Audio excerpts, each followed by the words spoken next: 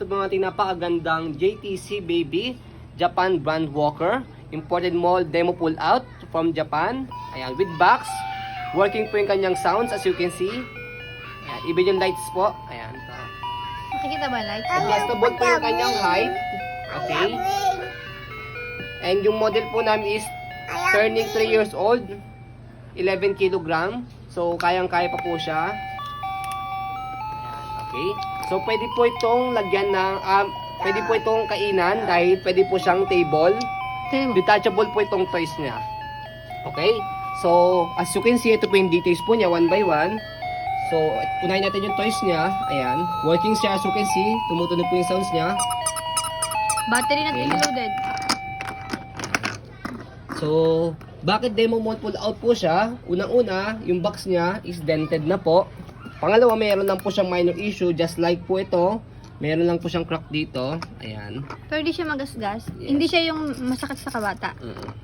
Okay, nagkaroon lang siya ng crack sa loob. Possible yung sinip po dito sa Pilipinas na daganan po yan. Okay.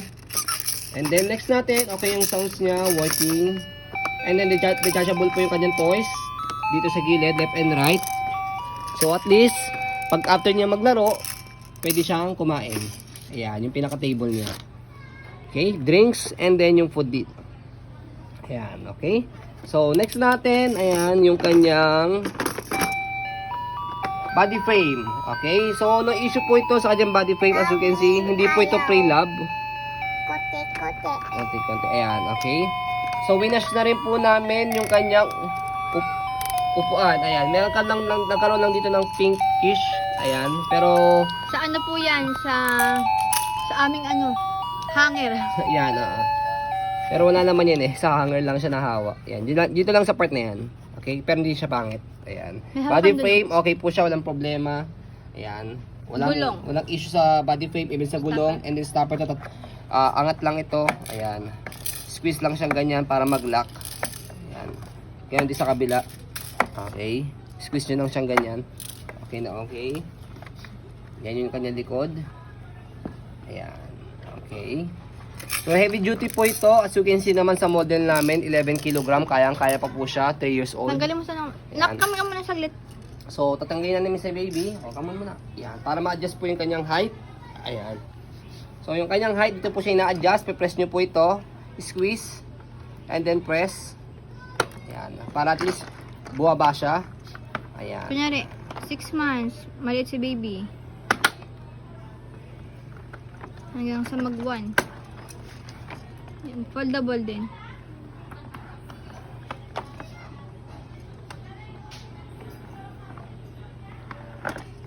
Yan. So, ito yung kanyang pinakamataas. Okay? And then, sa pag-fold sa kanya, again, squeeze and then press para lumubog siya. Yan. Yan yung kanyang pagkaka-fold. Okay? Yung Sa ilalim kompleto. natin yung kanyang gulong. Kompleto po yan. Siya. As you can see, hindi siya gamit. Okay. Pati yung tela, walang Stopper niya. sira sa tela. Yan. Tela niya okay na okay. Pag gamit kasi yan, naninilaw po yung Yes. Okay. Sa kami mga gas-gas-gas siya. Ayan. Ito naninilaw yan kasi pag ginamit kasi ng baby, pag kumain, nagkaka-stain. Pero siya wala siyang food stain. And then kapag i-open siya, angat nyo lang siyang ganyan, napakadali lang. Ayan. Indication naman na pwede na siyang gamitin, meron siyang naglalak siya dito sa ilalim. Ayan, okay?